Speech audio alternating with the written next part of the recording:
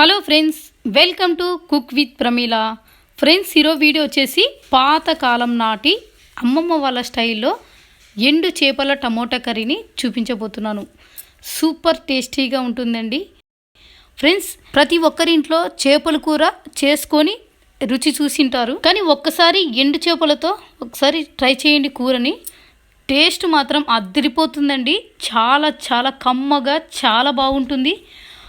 ఈ ఎండు చేపల కర్రీ రైస్ అయినా, రోటీలోకైనా, రాగి సంగటిలోకైనా, ఎందులోకైనా చాలా చాలా కమ్మగా ఉంటుందండి. సో ఫ్రెండ్స్, మరి ఈ ఎండు చేపల టమోటా కర్రీ ఎలా తయారు చేసుకోవాలో వీడియోలో చూసేయండి. ఫ్రెండ్స్, ఎండు చేపల టమోటా కూర తయారు చేయడం కోసం ఎండు చేపలు వచ్చేసి 300 గ్రాములు ఎండు చేపలను తీసుకున్నానండి. ఈ ఎండు చేపలు మనకు మార్కెట్లో కానీ సూపర్ మార్కెట్లో కానీ దొరుకుతాయండి. నేను ఇక్కడ ఎండు చేపలు 300 గ్రాములు అయితే తీసుకున్నాను. ఈ ఎండు చేపలను ఇప్పుడు నీటుగా కడుక్కోవాలి. ఈ ఎండు చేపలను కడుక్కోవడం కోసం నేను ఇక్కడ వేడి నీళ్ళతో కడుగుతున్నానండి. వేడి నీళ్ళతో కడగడం వల్ల ఏదైనా ఇసుక అలా ఉన్నా కానీ ఈజీగా పోతుంది. ఇప్పుడు ఇందులోకి వేడి నీళ్ళు అనేది పోసుకోవాలి. ఈ వేడి నీళ్ళు చేప ముక్కలు మునిగేంత వరకు పోసుకోవాలి. ఇలా వేడి నీళ్ళు పోసుకున్న తర్వాత స్పూన్తో ఒకసారి బాగా కలుపుకొని ఒక 5 నిమిషాలు నానబెట్టుకోవాలి. 5 నిమిషాల తర్వాత ఈ చేప ముక్కలను బాగా నీటుగా కడుక్కొని పెట్టుకోవాలి. తర్వాత ఇక్కడ చింతపండు, ఈ సైజులో చింతపండుని తీసుకొని 1 గ్లాస్ వాటర్లో చింతపండుని బాగా నానబెట్టుకోవాలి. తర్వాత స్టవ్ మీద ఒకటి ప్యాన్ పెట్టుకొని స్టవ్ ఆన్ చేసుకున్న తర్వాత ప్యాన్లోకి 1 టేబుల్ స్పూన్ వరకు నూనెని వేసుకొని వేడి చేసుకోవాలి. నూనె వేడయ్యాక ఇందులోకి మనం ముందుగా కడిగి పెట్టుకున్న చేప ముక్కలను వేసుకోవాలి. ఇలా చేప ముక్కలన్నీ వేసుకున్న తర్వాత మంట సిమ్లో పెట్టుకొని ఈ చేప ముక్కలన్నీ కాస్త కలర్ చేంజ్ అయ్యేంత వరకు బాగా కలుపుకుంటూ ఫ్రై చేసుకోవాలి. ఇలా కలర్ చేంజ్ అయిన తర్వాత ఇప్పుడు స్టవ్ ఆఫ్ చేసుకొని ఈ ప్యాన్ కాస్త పక్కన పెట్టుకోవాలి. ఇప్పుడు ఎండు చేపల కర్రీ తయారు చేయడం కోసం స్టవ్ మీద ఒకటి కడాయి పెట్టుకొని కడాయిలోకి 5 టేబుల్ స్పూన్ల వరకు నూనె వేసుకొని వేడి చేసుకోవాలి. నూనె వేడైన తర్వాత ఇందులోకి ఒక 3 మీడియం సైజు ఉల్లిపాయలను చిన్నగా కట్ చేసుకొని వేసుకుంటున్నాను. అలాగే 2 పచ్చిమిరపకాయలు కూడా కట్ చేసుకొని వేసుకున్నానండి. ఉల్లిపాయలన్నీ కాస్త పచ్చివాసన వెళ్ళిపోయేంత వరకు ఫ్రై చేసుకోవాలి.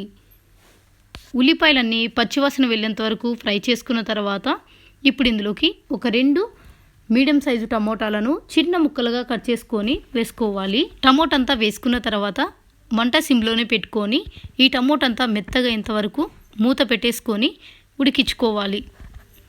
టమోటా అంతా ఈ విధంగా మెత్తగా మగ్గిపోయిన తర్వాత ఇప్పుడు ఇందులోకి కూరకు సరిపడంత కల్లుప్పుని వేసుకోవాలి. తర్వాత 1 టేబుల్ స్పూన్ వరకు అల్లం వెల్లుల్లి పేస్టును వేసుకోవాలి. అలాగే ఒక 2 టీ స్పూన్ల వరకు కారం పొడిని వేసుకుంటున్నాను. తర్వాత ఒక 1/2 టీ స్పూన్ వరకు పసుపు, తర్వాత ఇందులోకి 1 టీ స్పూన్ ధనియాలు, 1/2 టీ స్పూన్ జీలకర్ర, కొన్ని మెంతులు, ఇవన్నీ 3 కలుపుకొని పొడిని తయారు చేసుకున్నానండి. ఈ పొడిని 1 టీ స్పూన్ వరకు తీసుకోవాలి. ఈ పొడి కూడా వేసుకొని అంతా బాగా కలిసేటట్లు కలుపుకోవాలి. ఈ మసాలాలన్నీ పూర్తిగా పచ్చివాసన వెళ్ళిపోయేంత వరకు ఒక 2 నిమిషాలు బాగా వీటిని ఫ్రై చేసుకోవాలి. ఇలా మసాలాలన్నీ పచ్చివాసన వెళ్ళిపోయేంత వరకు బాగా ఫ్రై చేసుకున్న తర్వాత ఇప్పుడు ఇందులోకి మనం ముందుగా చింతపండు నానబెట్టుకున్నాం కదండి, ఆ చింతపండు అంతా నేను ఈ విధంగా కలిపి పెట్టుకున్నానండి. ఇలా కలిపి పెట్టుకున్న చింతపండు నీళ్ళను చేయి అడ్డం పెట్టుకొని పోసుకోవాలి. ఏదైనా పుల్లలు పిచ్చలు ఉన్నా కానీ చేతిలోకి వచ్చేస్తాయండి. చింతపండు నీళ్ళని పోసుకున్న తర్వాత ఇదంతా ఒకసారి బాగా కలుపుకోవాలి. ఇలా అంతా కలుపుకున్న తర్వాత ఇందులోకి గ్రేవీకి సరిపడా ఒక 2 గ్లాసుల వరకు నీళ్ళని పోసుకోవాలి. నీళ్ళని పోసుకున్న తర్వాత ఇందులోకి 1/2 టీ స్పూన్ వరకు గరం మసాలా వేసుకొని మరొకసారి అంతా బాగా కలిసేటట్లు కలుపుకోవాలి. ఇప్పుడు ఇందులోకి మనం ముందుగా ఫ్రై చేసి పెట్టుకున్న చేప ముక్కలను కూడా వేసుకొని ఒకసారి అంతా కలుపుకుందాము. చేప ముక్కలన్నీ వేసుకున్న తర్వాత మీడియం ఫ్లేమ్ పెట్టేసుకొని ఒక 10 నిమిషాలు ఈ కూరని బాగా ఉడికించుకోవాలి. ఫ్రెండ్స్, 10 నిమిషాల తర్వాత మీకు ఇక్కడ చూపిస్తున్నాను చూడండి, మనకి కూర అనేది బాగా దగ్గరికి అయ్యింది కూడా. ఇప్పుడు ఒకసారి అంతా బాగా కలుపుకొని ఈ చేప ముక్కలు ఉడికినాయో లేదో కూడా ఇక్కడ చూపిస్తాను చూడండి మీకు. చూడండి, ఇలా చేతిలోకి తీసుకొని ఇలా తుంచుతానే నాకు ఈ చేప ముక్కలు ఈజీగా తునిగిపోయినాయండి. బాగా తొందరగా కూడా ఉడికిపోయింది. ఇప్పుడు ఆఖరిగా కొద్దిగా కొత్తిమీరని వేసుకొని కలుపుకొని స్టవ్ ఆఫ్ చేసుకోవడమే. అంతే ఫ్రెండ్స్, చాలా సింపుల్గా ఎంతో రుచిగా పాతకాలం నాటి అమ్మమ్మ వాళ్ళ స్టైల్లో ఎండు చేపల కర్రీ అయితే రెడీ అయిపోయింది.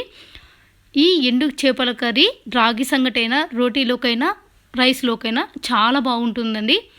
నేను ఈ కర్రీని ఇప్పుడు ఒక గిన్నెలోకి సర్వ్ చేసుకుంటున్నాను. ఫ్రెండ్స్, అంతేనండి, ఎండు చేపల టమోటా కర్రీ అయితే రెడీ అయిపోయింది. చాలా చాలా కమ్మగా చాలా బాగుంటుందండి. తప్పకుండా ఒకసారి మీరు ట్రై చేయండి. ఫ్రెండ్స్, మరి ఈ వీడియో మీకు నచ్చినట్లయితే లైక్ చేయండి, షేర్ చేయండి. అలాగే మీ ఫ్రెండ్స్తో, బంధువులతో షేర్ చేసుకోండి. ఫస్ట్ టైం మన ఛానల్ని చూస్తున్నట్లయితే సబ్స్క్రైబ్ చేసుకొని ఇంకా ఇలాంటి రెసిపీస్ కోసం పక్కనున్న బెల్ ఐకాన్ని యాక్టివేట్ చేసుకోవడం మాత్రం మర్చిపోకండి. Thank you for watching.